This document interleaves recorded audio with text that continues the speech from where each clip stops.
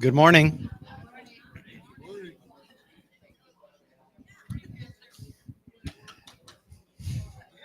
I'd rather just go back to bed.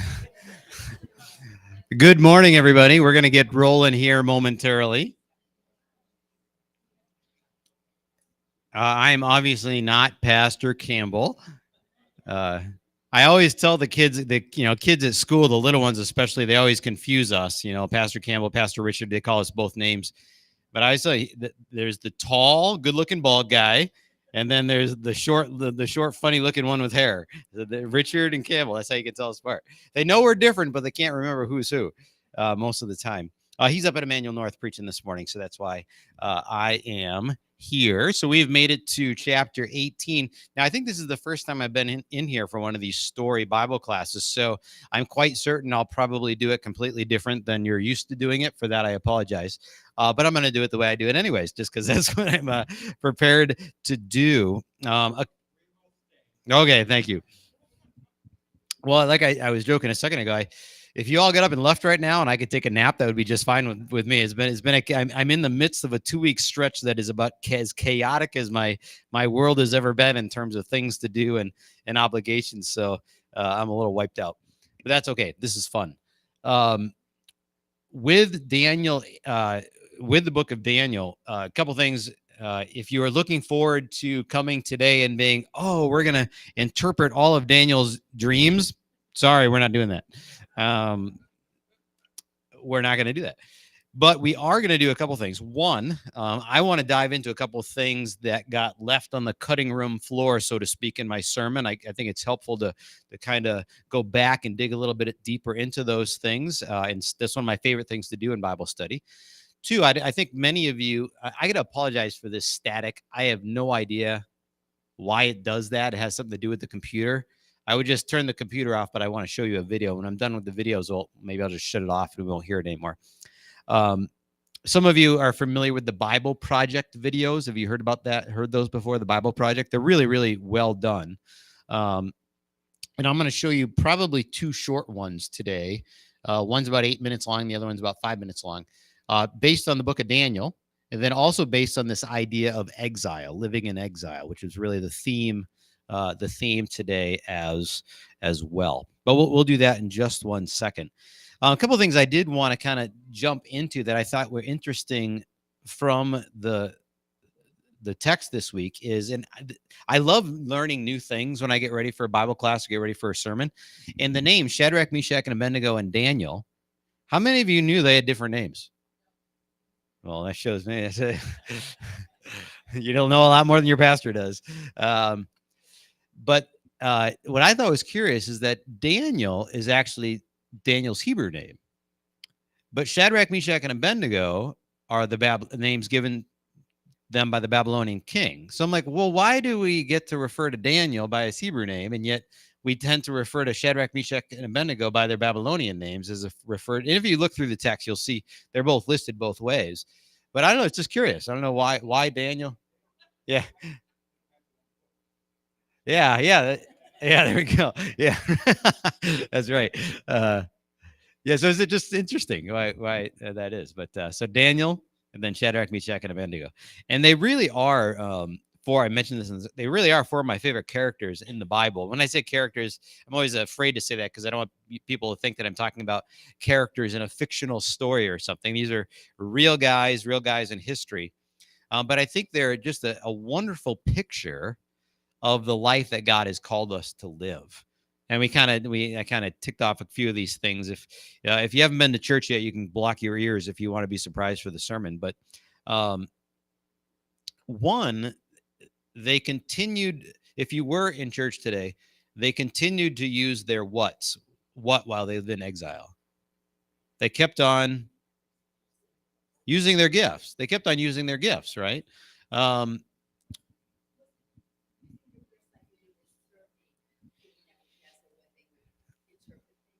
Yeah, so these were talented young guys, educated young guys that were literally handpicked to bring into the service of the king.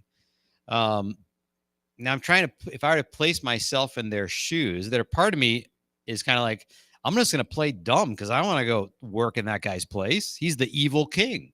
I don't want to go there. The next thing I would have done would have been, we're this close to the king. Let's see if we can sabotage this whole thing, right? Because he's the bad guy. We want to get him. But that's not what they did. They served faithfully under the authority of someone that was very different than them. They served faithfully under the authority of people who believed differently than they did.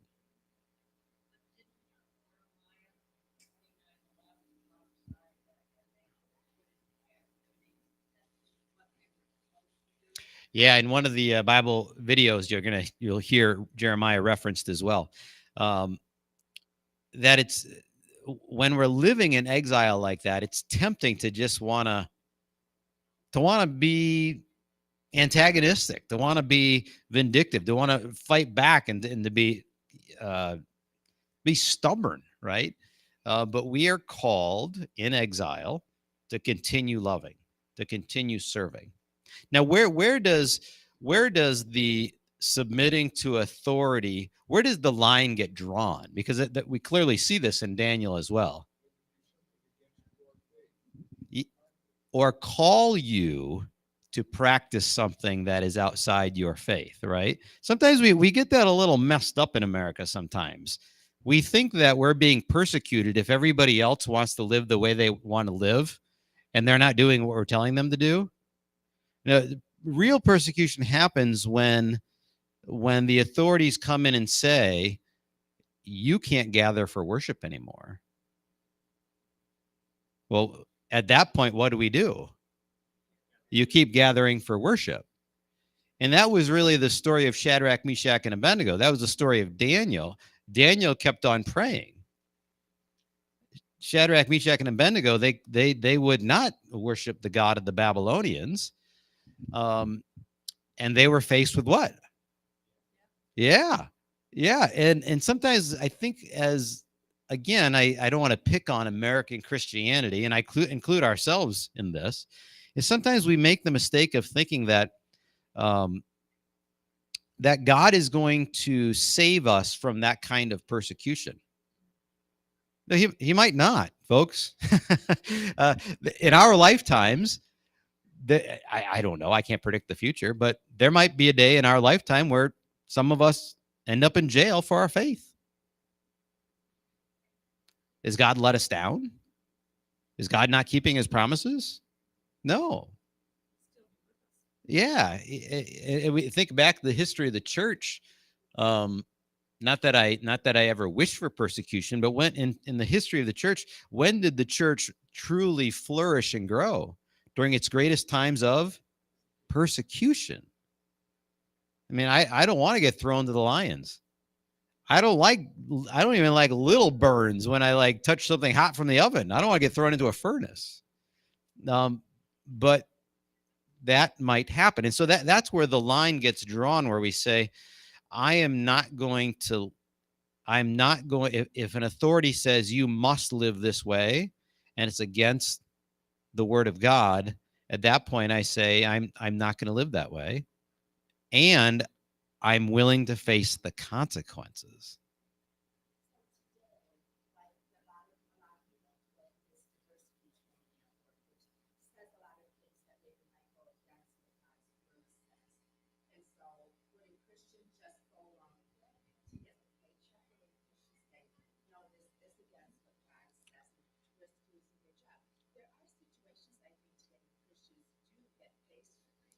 Yeah, and every situation is different, so I don't want to make a blanket statement about everything. But if my employer says, I'd like you to sit through a class, can I sit through a class? Am I doing anything against God's word sitting through a class where somebody's going to tell me things that I think are absolutely ridiculous?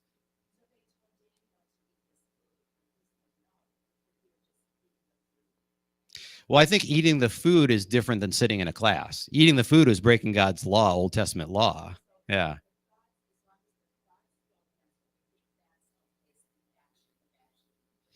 Well, no, it's because me sitting through a class they're not like plugging my brain into they're not putting a plug into my brain saying, this is what you must now believe. I cannot. Mm-hmm. I guess it would be every situation is different. And yeah, yeah. Yeah, no, and I would say, I mean, you never want to go against your conscience as a believer in terms of answering a question. I answer your questions honestly. Um, you're nice.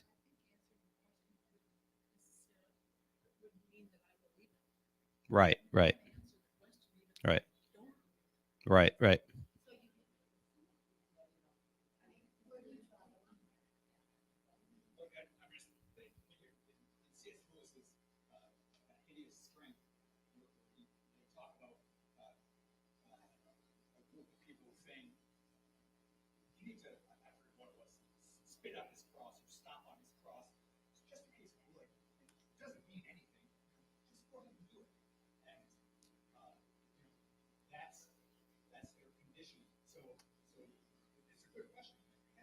Yeah.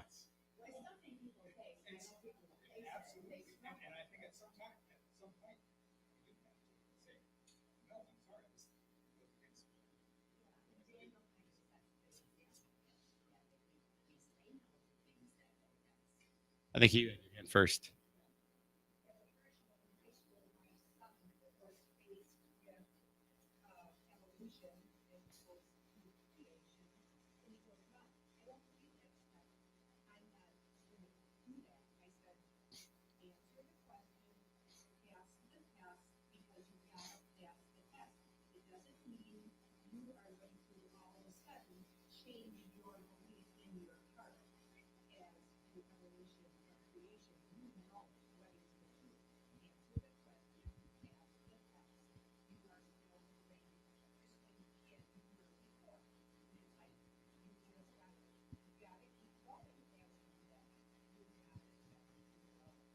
Yeah, and we don't want to fall into the trap of thinking that our Christian faith is about every decision we make in terms of whether did I do the right thing? Did I do the wrong thing? Did I do the right thing? Did I do the wrong thing? Our Christian faith is because my salvation is built on I am saved by grace through faith. That's how I was trying to work the. I almost said faith floats. I'm like, will that work? Will faith floats, or does it have to be faith floats on Jesus? I don't know. I can't figure that one out yet. Anyways, sorry, I digress.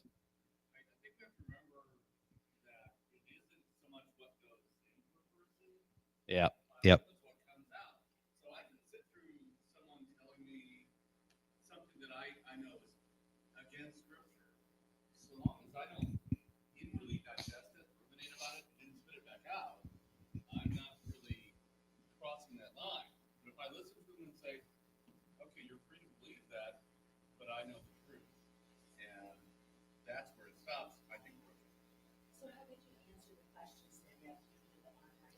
Well, I guess it depends on the questions. Like I can't even imagine what a question would be that would cause me like I can't imagine what one of the questions would be that would cause me to say,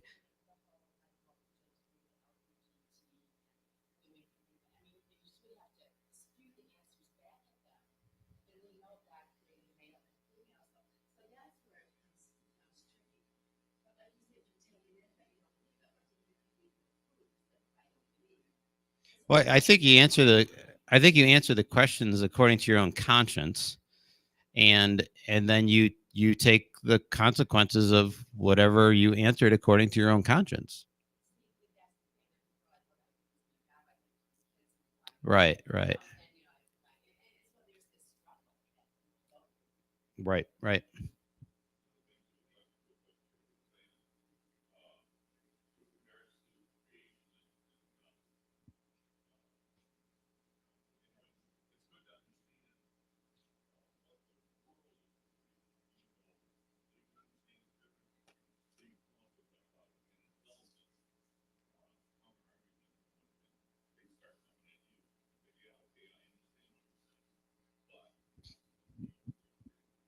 Yeah, and it's in how do we love in the context of people that think differently than us. I mean, Daniel and Shadrach, Meshach, and Abednego, They served the king, and the king didn't believe in their God. Although there's a couple different times in Daniel where you think, oh, they got him, they won him over, he believes, and then a few verses later, no, he's back doing the same things he was before, listening to his other, you know, crazy advisors. But they continued to serve even though um, he didn't believe what they believed. I mean, these people that they served under worshipped false gods. And yet, if Daniel was supposed to serve faithfully, he would serve faithfully. Which I think is the lesson for us is, how do we continue to live faithfully? And when I say live faithfully, what I'm really saying, I'm not saying, oh, how do I continue to make sure that I drive 55 miles an hour? Because you could put anything in there, right? You know what's really embarrassing is when you go to a track meet and 3 different parents say, hey, pastor, we saw you going by us at 80 miles an hour. I thought, you couldn't see my speedometer. You didn't know how fast I was going. I was going 83. Yeah, it was 80 miles. It was 80 miles an hour. But so what I mean when I say live out our faith, I mean live out our faith trusting in the promises of Jesus Christ, that I'm a broken sinner and I've been redeemed by Jesus, and that is what my faith is built upon. And then that truth is what guides all of my decisions in life. But eventually I come back and I only rest on that. That sin boldly, right? It's kind of taken out of context, but kind of what he's saying, you don't have to fear, oh my goodness, did I sin today? Whoops, did I miss one? No, I'm quite certain I sinned today. Quite certain I'm a dirty, broken sinner. Father, forgive my sins. I rest purely on the sacrifice and the resurrection of Jesus Christ. I'm good to go. Kind of navigating the nitty gritty of how to make decisions as we go. Yeah, those are hard decisions. Those are hard things to do, but I think you make them. You go to, and again, you can substitute anything, even something that doesn't seem like a God's word or not God's word kind of thing. I've worked with a lot of kids who struggle with where they should choose to go to college. And some of them come from a more evangelical background where I got to know what God's will is. I got to know what God's will is. I got to know what God's will. And they really struggle with, like, what if I make the wrong, what if I pick what isn't God's will is? And I tell them, pray, talk to wise people, and then make a decision and go. Well, what if that you just go? God's not going to stand back and say, nope, you picked the wrong one. Sorry, not going with you. I went to 4 different colleges. It took me 7 years to get an undergraduate degree. Does that mean I didn't do God's will all those other times, the first 3 colleges? No, it means God was working, God was working through me in each of those steps along the way. As long as we're not saying, God, I don't want anything to do with you. I'm not going to consult you at all. I'm not going to consult any wise people who love me and know me, and I'm just going to do whatever I want. God still goes with you, but you're missing out on his beautiful promises.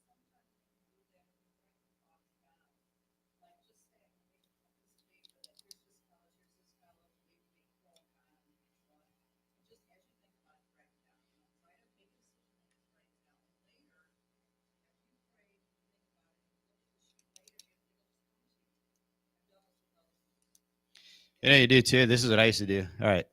Should I, in high school, should I call this girl and ask her out? God, if I hit 3 free throws in a row, I should call her. God, if I hit 3 out of 4, I should I like to manipulate the process. So we from Daniel, we learn what it means to continue to use our gifts. In Daniel, we also are reminded to, and I love this. I love the account of Shadrach, Meshach, and Abednego with the furnace, because their ability to have the long view, to be able to say, we believe God can save us, but he might not. And that's okay. And how willing are we to do that today? To trust that, God, I know that you can cure my cancer. And so I'm going to pray every day with boldness and faith that you can cure it. But Lord, if you don't, you don't. Because I know you have saved me for all eternity. I know I've been wrapped up in the life, death, and resurrection of Jesus Christ. I know that you will keep your promise to bring me complete healing. It may not be until the day of resurrection. It might be today, but it might not be. And so when we're able to rest on those promises, it's really cool because we're able to pray with all confidence and boldness, while at the same time, not depending, and at the same time, our faith is not dependent on how quickly God answers our prayer. It's dependent on the promises of Jesus. And so it sounds crazy to say this as a Christian, but I'm free to pray. I'm free to pray for whatever I want. I'm free to pray that God would heal my loved one. I'm free to pray that God would help me through this process, knowing that he might, and knowing that he might not. Or I shouldn't say that.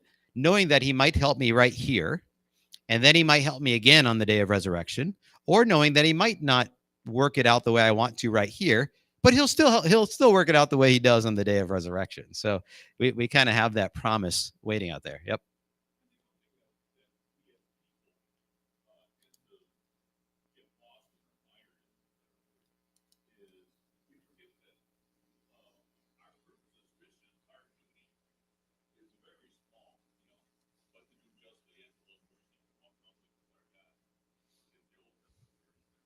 Mm-hmm.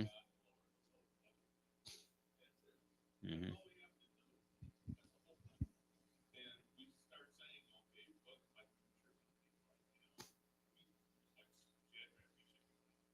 Mm-hmm. Yep. Yep. Yeah, and it reminds me that the third thing was, and the reference was with Daniel. I mean, he knew, and the text actually says after he knew the whatever it was had already been signed, he went up to his window and prayed the same way he did 3 times a day. He just kept on going. Like, this is who I am. I'm just going to live my life, and you just keep on going. And I think one of the hardest things about living life in exile is the temptation to just stop. Is that I can't do it anymore. I don't want to do it anymore. And yet we take the next step. We keep on going. We keep coming back to the promises of God. But again, we got to wrap the gospel back in there, because as Lutheran Christians, remember our message is not the Christian life is the message of the Christian life is not just keep going. Right? If I ended the sermon there, if I just said, "Come on, everybody, just keep going. I'll cheer you on." That's not the message of the Christian life, because you and I know what happens sometimes. I don't keep going. I don't live according to God's law. I do drive 83 and pass a whole bunch of kids going to the track meet. I give in to the pain and suffering of the fiery furnace right before me, and I say, I don't like that. I stop doing what I'm supposed to do. And if the message of the church is just keep going, I don't have a spot here, right? I don't have a place here. And that's when we always come back to the promises of Jesus, is that Jesus kept going. Jesus is the one who lived out the law perfectly. Jesus is the one who had the long view of things. Jesus is the one who just kept doing his Father's will again and again and again. He did it all the way to the cross, all the way through the tomb. He's still at work today in word and sacrament and through his people. He's still on the move, and that he's going to come back again someday. And so we rest in the promises of our baptism, because those are the things that carry us along. The reality is, when I think I'm doing well, oh boy, I'm keeping going. I'm living according to God's law. I have such a great long view of things. The reality is, you know what? No, I don't. No, I don't. The Lord is, the famous the poster of the footsteps in the sand thing. This is one of my quirky pet peeves. Is it, there's two sets, and then all of a sudden there's one set, and what's the poster say? Like that's when, you couldn't walk anymore, so Jesus was carrying. I'm like, I was never walking. There, it should just be one set of footprints. God has been carrying me the whole way. I could never walk. It's always been Jesus carrying me all the way through life. The only thing that should be in the sand is an occasional big blob because I kicked my way out of Jesus's hands and didn't want to be there, and then he stubbornly went down and picked me back up and put me on his shoulders again. It is Christ who continues to carry us through. The other thing that I think is important for us to remember is that sometimes as the church, and we are living in exile in a way. We are living in that, and there's a lot of different examples in the scriptures when you think about not just the people of Judah in exile, or really the northern kingdom in exile as well, but the people in the wilderness, God's people in the wilderness between Egypt and the promised land. It was that in-between time. God had already freed them out of What's Slin? Out of sin and slavery and bondage in Egypt, but they had not yet arrived at the promised land. They had God's promises. They were delivered, but they weren't quite fully there yet. It's kind of what we live in now. God has rescued us from the grips of sin, death, and the devil. We have been freed from the bondage of sin. And yet there's an element of our, what would be the right word here? An element of our sanctification? There's an element of our lives, let's just say that hasn't reached its fullness yet, right? I'm still dealing with my sinful nature. This is still a sinful, corrupted, sinful body. It's still a sinful, corrupted world. When Christ returns and everything is wiped up and he recreates everything again, we'll see the full picture of it, right? But at the same time, even though I'm not living the fullness of that right now, I am fully redeemed. I am 100% saint. God has not held back on forgiving any of my sins. I am good to go. I'm as much a child of God today as I ever will be for the rest of eternity. Think about that.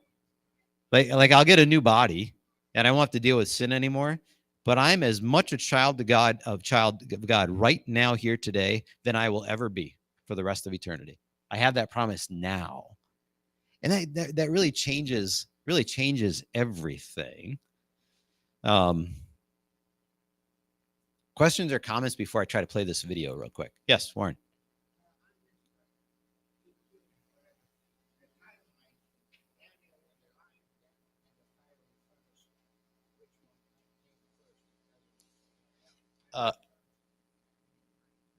Yeah, well, as you're reading through the chapter, the account of the fiery furnace, I think, comes first in Daniel 3, I think, and then Daniel comes after. I'm assuming that means it happened first, but I don't know. I did not dive deep into this text that deep this week. That's a good question. If I had to guess, I'd say he knew all about it because we see that those four guys interact with each other throughout early in the text. Even when Daniel was dealing with the food, we're already hearing about his interactions with Shadrach, Meshach, and Abednego as well. And I get the impression that they were part of all that with the food thing too, as well. I'm going to try to play for you I'm going to play we're not going to have time for both of them, but I do want to play the Daniel overview one, which is about like the 8-minute one. If nothing else, for those of you that don't have any experience with the Bible Project, they kind of show you this is kind of a cool resource it is. It'll take me just a second to get it set up, though.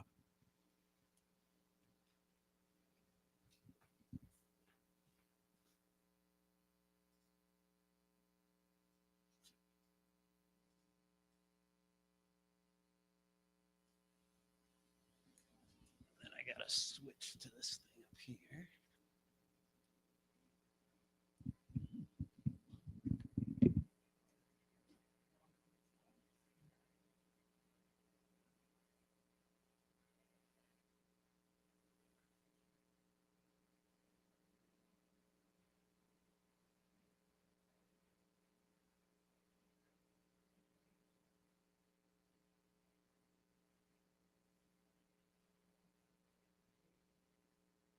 The Book of Daniel. The story is set right after Babylon's first attack on Jerusalem, and they had plundered the city and its temple and taken a wave of Israelites into exile.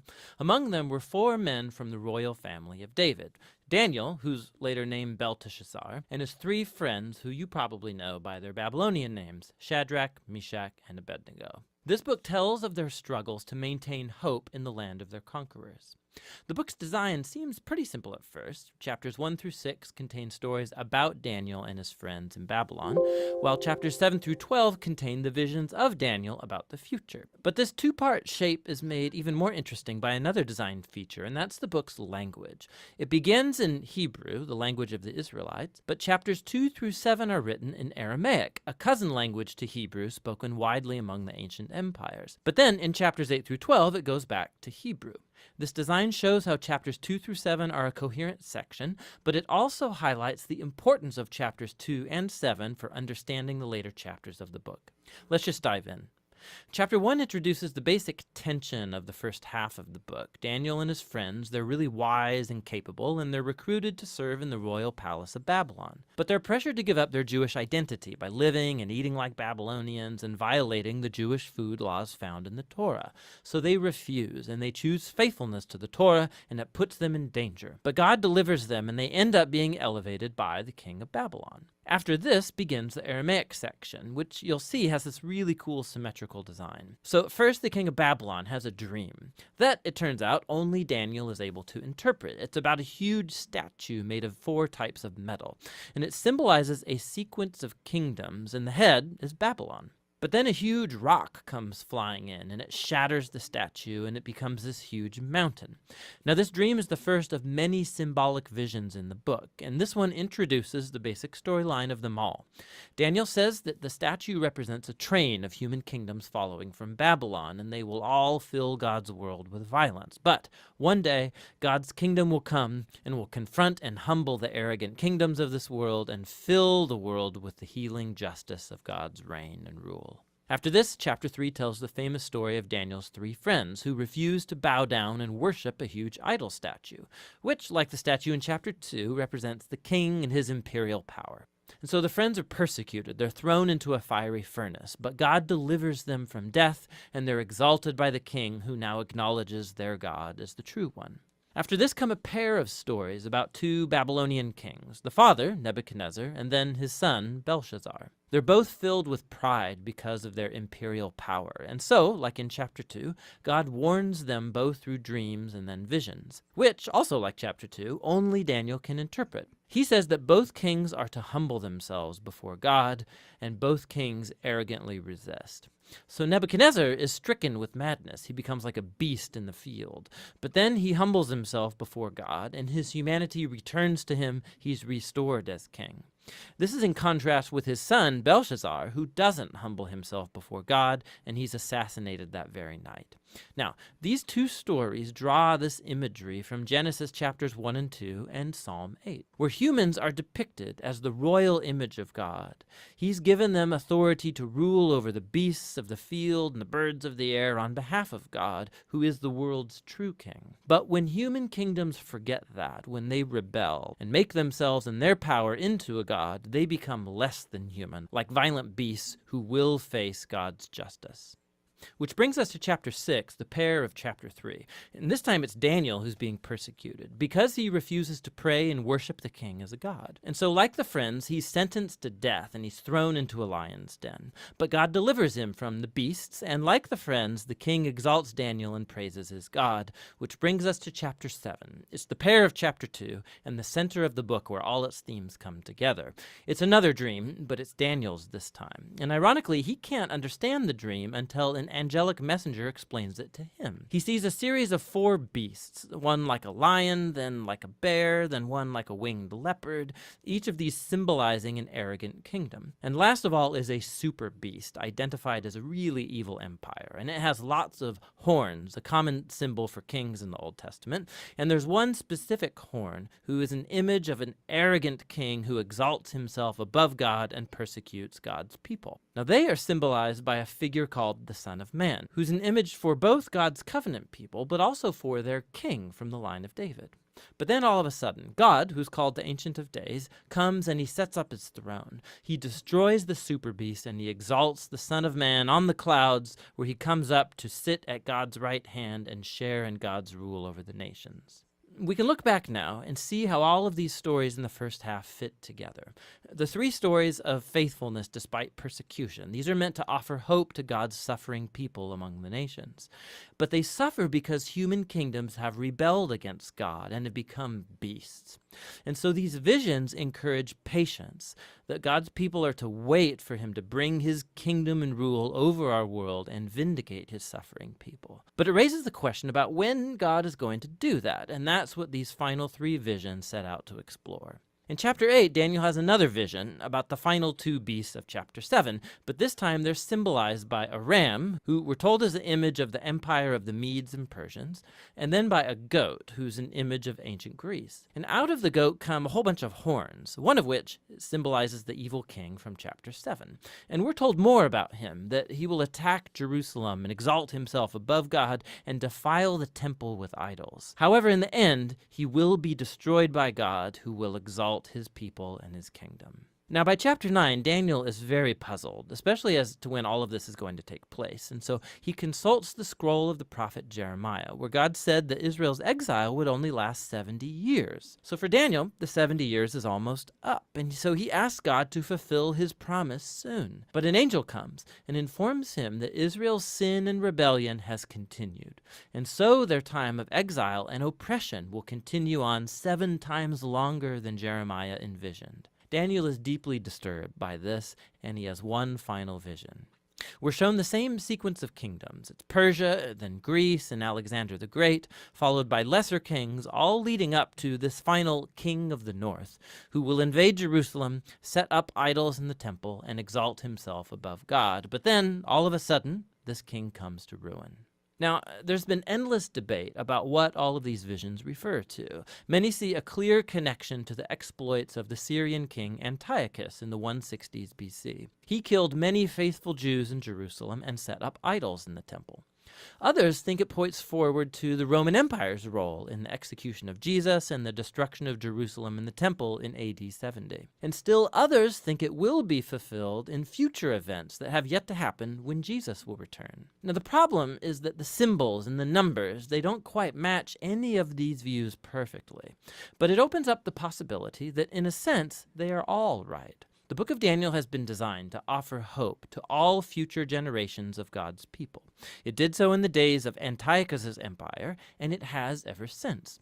This is why Jesus could use imagery from Daniel to describe and confront the oppressive leaders he confronted in Jerusalem.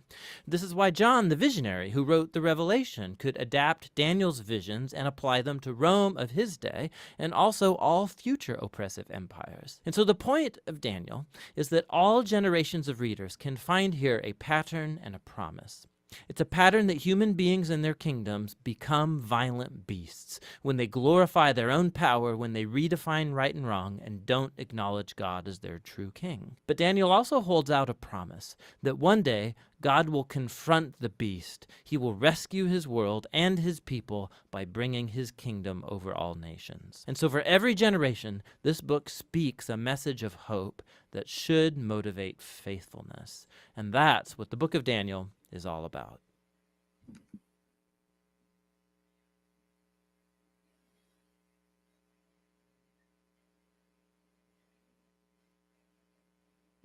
So I wanted to show you that simply because, well, obviously because it was Daniel, but two, that if you weren't familiar with Bible Project, it's really a great resource.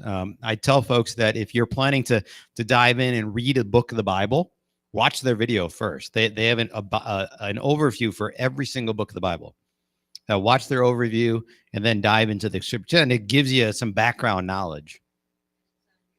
Yep, you just Google it. Just Google Bible Project, you'll find it. They do lots of other videos as well. They do word studies. They do different themes. You know, they're not like LCMS endorsed guys, but I've watched a ton of their videos, and they kind of take the approach that this one did, where they kind of give you the text, and they don't kind of like try to do too much too much with it other than just kind of giving you what it is, which is kind of I think a great way to do it. So again, if you have access to the internet, you just Google Bible Project and you'll have access to all of their stuff. Any last minute thoughts or questions before I let you go? All right, cool. Have a great rest of your day. Enjoy the beautiful weather.